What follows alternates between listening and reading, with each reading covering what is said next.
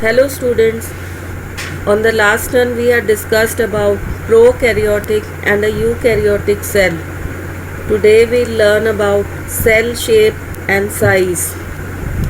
There are different types of cells according to the shape of the cells.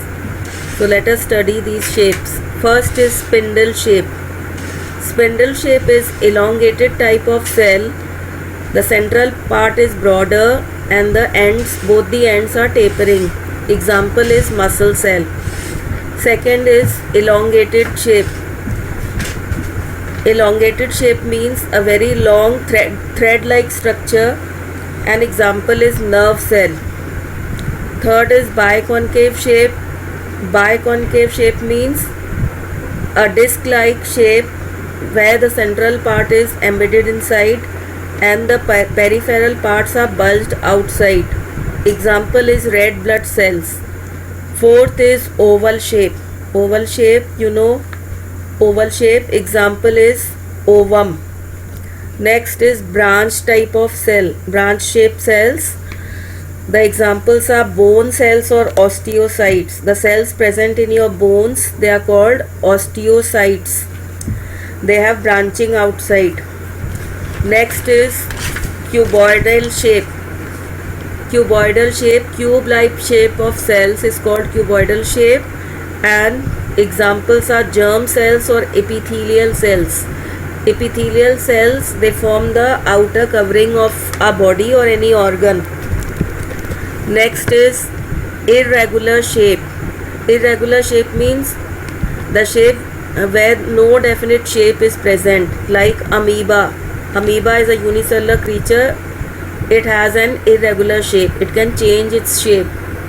And second example is leukocyte cells. What are leukocyte cells? The WBCs, white blood cells present in your blood, are called leukocytes. They also do not have a definite shape. Now we come on to next topic, cell size. You should know what is the size of our body cells. First of all, the smallest cell. If anyone asks you which is the smallest cell, the smallest cell has the size of 0.1 micrometer up to 0.5 micrometer. Examples are mycoplasma.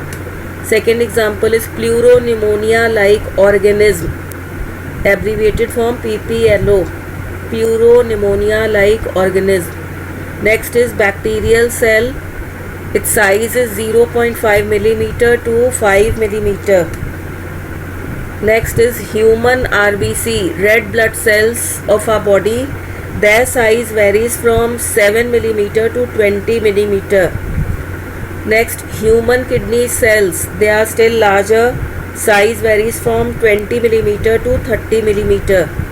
And then the largest cell or the longest cell of our body is the nerve cells, which has the size of 90 centimeter up to 100 centimeter, means up to 1 meter in size. So it is the longest cell of our body. Now we come on to structural organization of a cell. A typical structure of a cell is given here. The outer covering of the cell is called cell membrane. Inside, the material which is filled is called protoplasm. Inside the protoplasm there is a nucleus and various cell organisms which are given here as 1, 2, 3, 4, 5, 6, 7. These are the various cell organelles present in any cell.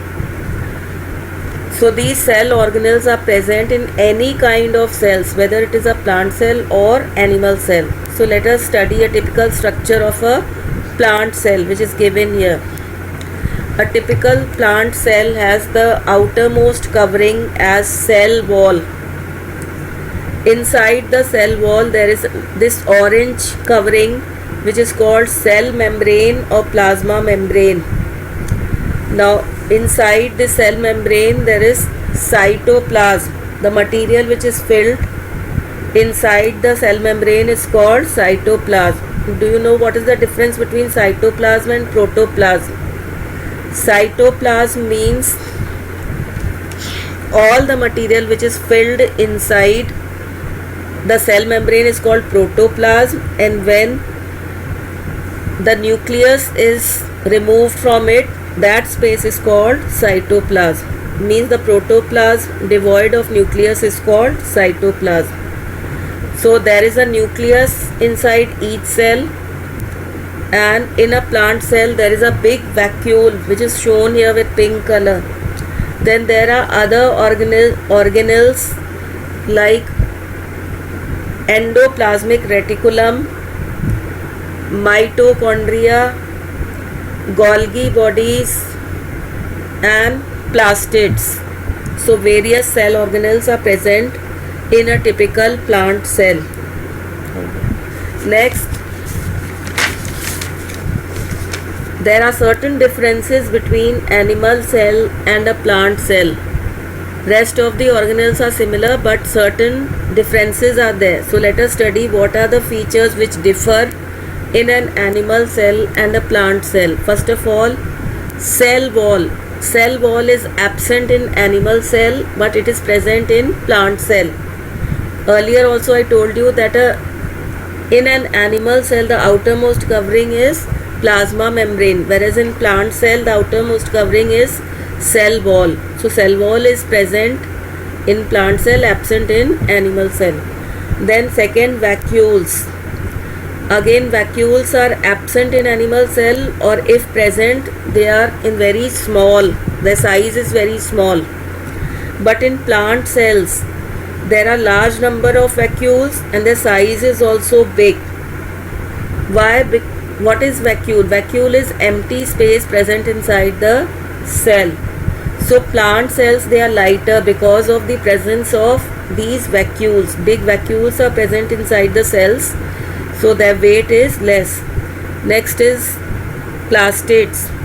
Plastids, again they are absent in animal cell, but they are present in plant cell. Various plastids like chloroplast, chromoplast, leucoplast, which give color to various parts of plants, they are present in a plant cell but absent in animal. So these three features, cell wall, vacuoles and plastids, all three are present only in plant cell but absent in animal cells. Now fourth feature is centrosome. Centrosome, this is present only in animal cell and it is absent in plant cell. The function of centrosome is that it helps in cell division. Next, fifth feature is storage of food. The animal cells, they store the extra glucose in the form of glycogen, whereas the plant cells, they store extra glucose in the form of starch. So these are the various differences, main differences between an animal cell and a plant cell. So children, revise all these topics.